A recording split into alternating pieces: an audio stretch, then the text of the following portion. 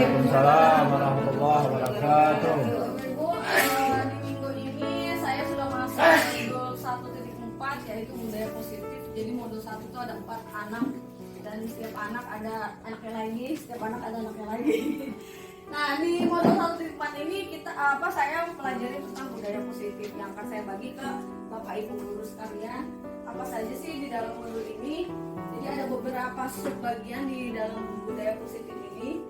Yang pertama itu adalah perubahan paradigma. Jadi di sini telah membuka ini untuk dewasa yang terlebih tadi kan ada urutannya mencapai disiplin yang tertinggi itu kan pertama karena terpaksa karena peraturan, kedua karena hadiah, ketiga karena udah menjadi suatu budaya.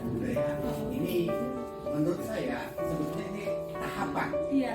Bagaimanapun juga untuk mencapai tahap sampai dia melakukan atas dasar keyakinan sendiri, atas dasar kesadaran sendiri, itu memang harus ada peraturan, harus ada pemberlakuan peraturan supaya anak mau dipaksa dulu.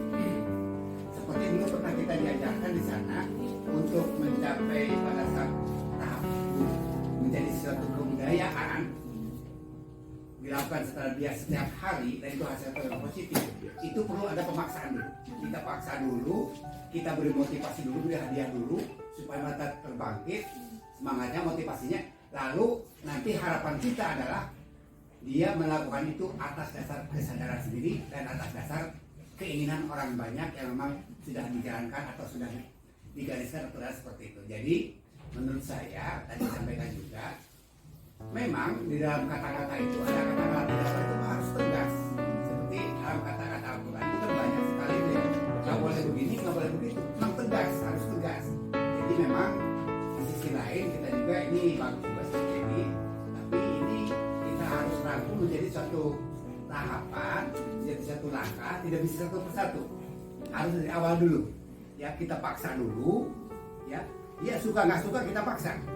Supaya apa? Supaya nanti terbiasa.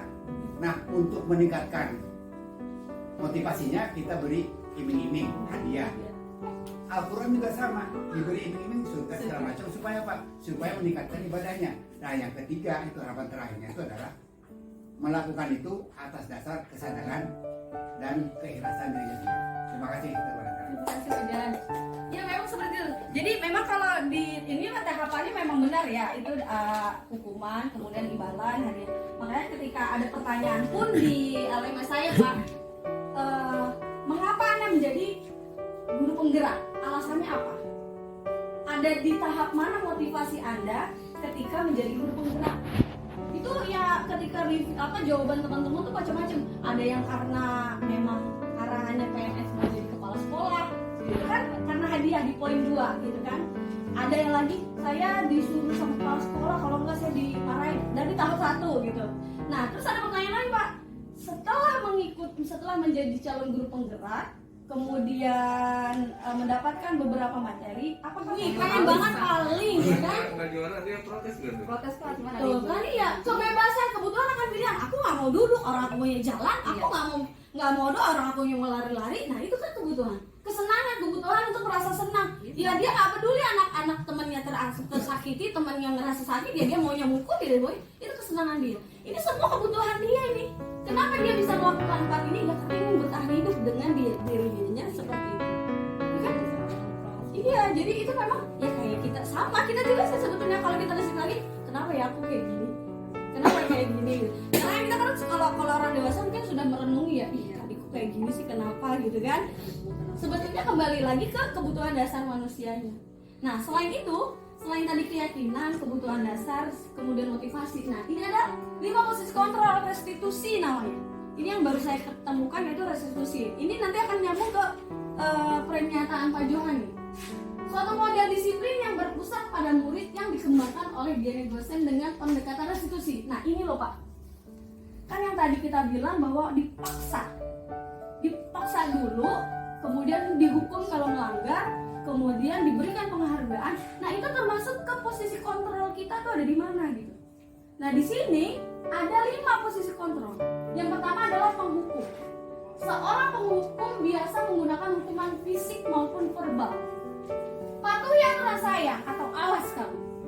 Kita banget kan tuh? Gitu. Kita banget kan? Jangan berisik, awas ya kamu, gitu ya. Guru seperti ini senantiasa percaya hanya ada satu cara agar pembelajaran bisa berhasil, yaitu cara dia. Nah ini namanya kita posisi kontrolnya penghukum. Ini kayak disentil banget nih. Saya dapat tugas ini. Kamu dalam posisi yang mana? Pernah melakukan? Ya kebanyakan saya memang penghukum kita ya. Punisher.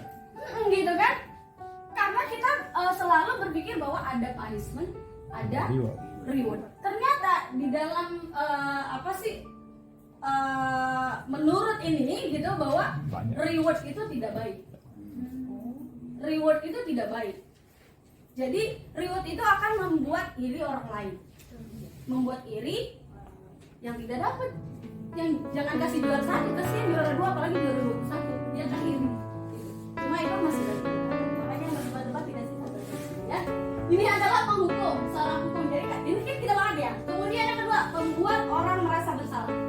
Pada posisi ini biasanya guru akan bersuara lebih lembut, membuat orang merasa bersalah, akan menggunakan keheningan yang membuat orang lain merasa tidak nyaman, bersalah, dan rendah diri. Ibu sangat kecewa sekali dengan kamu. Jadi kamu gimana sih? Gak kesian sama ibu ya? Ya, itu membuat orang merasa bersalah. Di posisi ini murid akan memiliki penilaian diri yang buruk tentang mereka.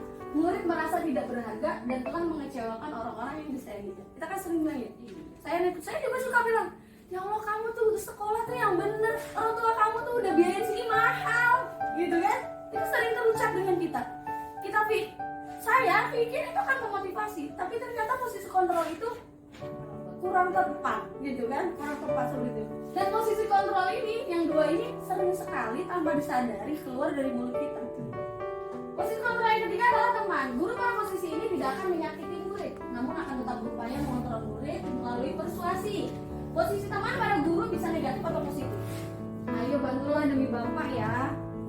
Ya sudah, kali ini tidak apa-apa, nanti ibu bantu bereskan. Ada positifnya, ada negatifnya. Positifnya ya mereka merasa nyaman. Negatifnya mereka akan tidak pertama tidak jerah, dan dia akan bergantung kepada gurunya. Kalau nggak ada gurunya, ya mereka akan nakal. Jadi kan nanti juga guru yang rapihin. Iya, seperti itu. Dan ketika misalnya ada gurunya dia disiplin, gurunya ganti karena dia tidak merasa nyaman dengan guru yang baru, dia kayak gitu. Jadi akan ada negatif dan positifnya di sini. Ini baru 3.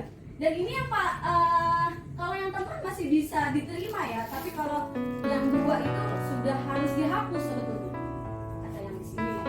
Kemudian monitor, ada pemantau. Ini adalah posisi kontrol yang keempat. Memonitor berarti mengawasi. Pada saat kita mengawasi, kita bertanggung jawab atas perilaku orang-orang yang kita awasi. Posisi pemantau berdasarkan pada peraturan-peraturan dan konsekuensi. Jadi biasanya dia akan berkata begini, peraturannya apa yo? Ya. Misalnya dia lari-lari, kita sudah punya kesepakatan kelas. Ketika belajar dia boleh lari-lari. Kita masih, yo peraturannya apa kalau lagi belajar? Nah itu pemantau. Apa yang telah kamu lakukan? Sanksi atau konsekuensinya apa? Jadi ketika misalnya anak datang terlambat, kamu tahu konsekuensinya? Saya tidak boleh masuk, ya udah sih. Itu pemantau. Dan biasanya pemantau itu punya data-data. Gitu. Karena dia akan memantau dulu nih 1-2 kali, nanti ketika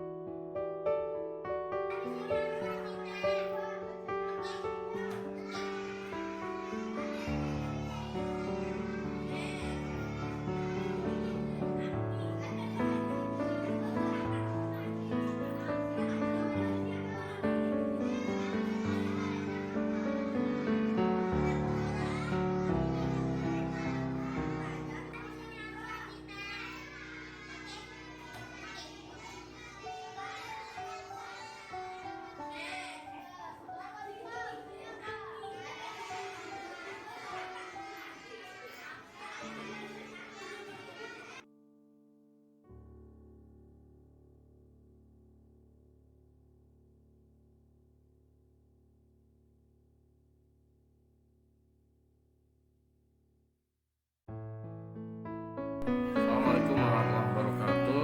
Salam sukses buat para calon guru penggerak, khususnya Ustazah Syarifah, calon guru penggerak angkatan keempat dari SDS Terpadu Ilmu Kecamatan Parung, Kabupaten Bogor. Perkenalkan, saya Supriyanto SPD, Kepala SDS Terpadu Ilmu. Dalam hal ini kami mengucapkan terima kasih dan kami sangat mendukung sekali program guru penggerak yang dicanangkan oleh Kementerian Pendidikan. Alhamdulillah, budaya positif yang diberikan dari calon guru penggerak ini sudah terasa di satuan pendidikan kami dengan aksi nyata yang dilakukan.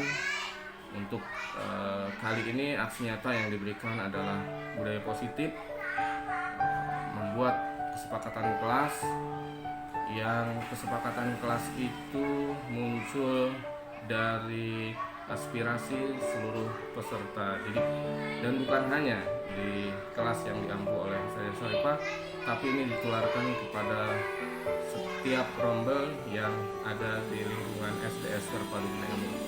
Alhamdulillah, dengan membuat kesepakatan kelas, kami berharap ada feedback atau umpan balik dari seluruh peserta didik maupun wali kelas dan para guru, sehingga tercipta lingkungan pembelajar yang kondusif, kemudian patuh pada disiplin, peraturan yang sudah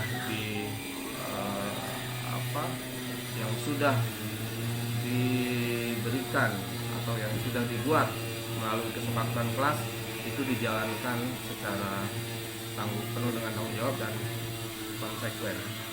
Mungkin itu nanti kami akan terus memantau kegiatan yang sudah disepakati untuk proses pembelajaran yang berlangsung di semester genap ini. Semoga upaya yang kami lakukan bisa meningkatkan mutu pendidikan dan akan melahirkan profil pelajar Pancasila. Merdeka belajar, bahagia ke sekolah, gembirakan anak belajar di sekolah. Salam guru penggerak merdeka. Assalamualaikum warahmatullahi wabarakatuh. Assalamualaikum warahmatullahi wabarakatuh. Saya Ibu Lia Herawati, teman sejawat dari CGP Angkatan 4, yaitu Ibu Syarifah SPD. Salam Merdeka Belajar, salam guru penggerak. Selama beliau menjadi CGP, alhamdulillah beliau banyak sekali melakukan inovasi-inovasi yang sangat luar biasa sekali. Tidak hanya untuk meningkatkan kapasitas profesionalnya secara pribadi, tetapi beliau pun mampu memberikan dampak yang positif dan juga signifikan terhadap kami teman sejawatnya. Contoh inovasi yang telah beliau tularkan kepada kami adalah bagaimana membangun budaya belajar di kalangan siswa dengan kegiatan Merdeka Belajar. Salah satunya yaitu dalam membuat kesepakatan kelas. Pada awalnya kami hanya mengenalnya sebagai peraturan kelas saja yang dibuat oleh guru. Sedangkan yang beliau tularkan kepada kami adalah membuat kesepakatan kelas, di mana kesepakatan kelas itu dibuat oleh para siswa. Dan siswa jadi lebih merasa bertanggung jawab dan lebih menghargai waktu, dan mereka pun menjalani kesepakatan kelas tersebut dengan penuh senang hati tanpa adanya paksaan. Untuk Ibu Syarifah, ditunggu inovasi dan juga inspirasi-inspirasi berikutnya. Wassalamualaikum warahmatullahi wabarakatuh. Assalamualaikum warahmatullahi wabarakatuh. Nama saya Rasyar Maulana dari kelas 6B. Dari awal semester 2 di kelas saya sudah membuat budaya positif, yaitu dengan membuat kesepakatan kelas yang kami buat bersama teman-teman di kelas. Yang saya rasakan setelah adanya kesepakatan kelas itu, saya bisa lebih menghargai diri sendiri, lebih bertanggung jawab, dan berpembelajaran di kelas menjadi lebih menyenangkan dan lebih tertib. Itu saja yang dapat saya sampaikan. Wassalamualaikum warahmatullahi wabarakatuh.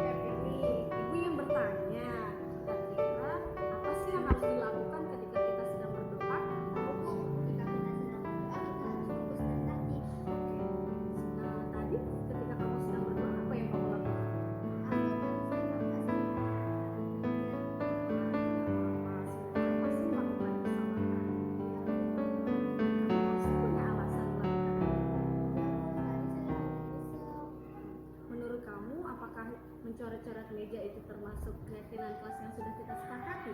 Ya Bu, seharusnya saya tidak mencoret-coret meja tadi.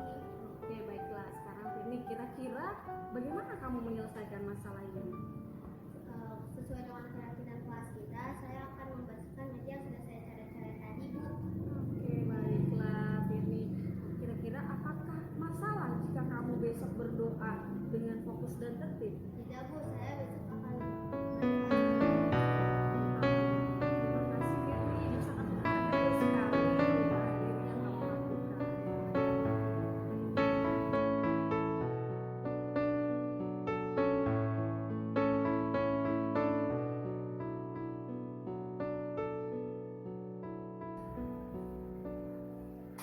Ih, Vito, kok kamu buang sampah sembarangan sih? Ih, ini kamu sama sih, kan aku mau berhenti. Ih, ini bukan masalah kita tahu kan, tapi kan kamu tuh buang sampah sembarangan tahu.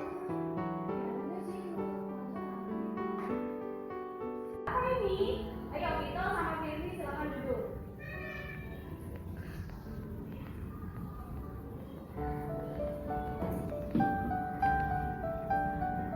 Oh Firly, coba tolong ceritakan apa yang terjadi. Itu Bu, itu tadi buang sampah sembarangan di depan saya, padahal kan dia seharusnya buang sampah di tempat sampah. Aku kan ada ini lagi mati. Oh, Bu Ibi ingin bertanya, apakah kamu mengetahui keyakinan kelas yang sudah kita sepakati tentang kebersihan? Menurutmu apa yang kamu lakukan tadi membuang sampah sembarangan, membuang sampah di lantai di depan Firly? Apa yang kamu lakukan?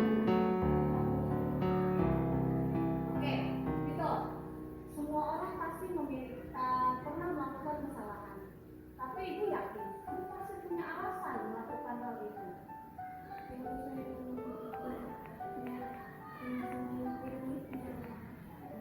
Oke, kira-kira bagaimana kamu menyelesaikan masalah ini?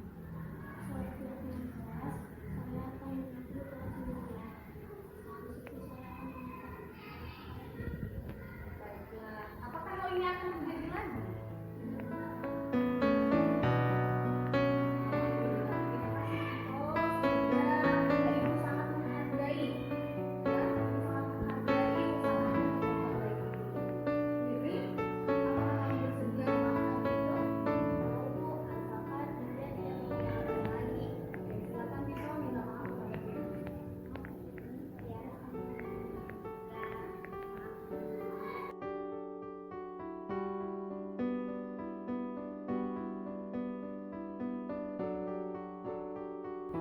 Baiklah Firly, kira-kira apa sih perasaan kamu ketika kita sudah mempraktikkan segitiga restitusi itu? Menurut saya kalau kita melakukan segitiga restitusi itu kalau ada masalah jadi dipertanyakan dulu mengapa melakukannya, jadi tidak langsung hukum, jadi kita bisa tidak mengulanginya, menyadari apa yang kita lakukan itu salah. Oke, terima kasih Firly. Sama. Vito, menurut kamu gimana sih perasaan kamu ketika kita sudah melaksanakan praktik segitiga restitusi itu? Perasaan saya lebih enak karena tidak langsung dihukum, jadi saya tidak kaget dan saya tidak akan mengulanginya lagi. Jadi saya tidak terasa dikasarin oleh guru. Oke, terima kasih Vito.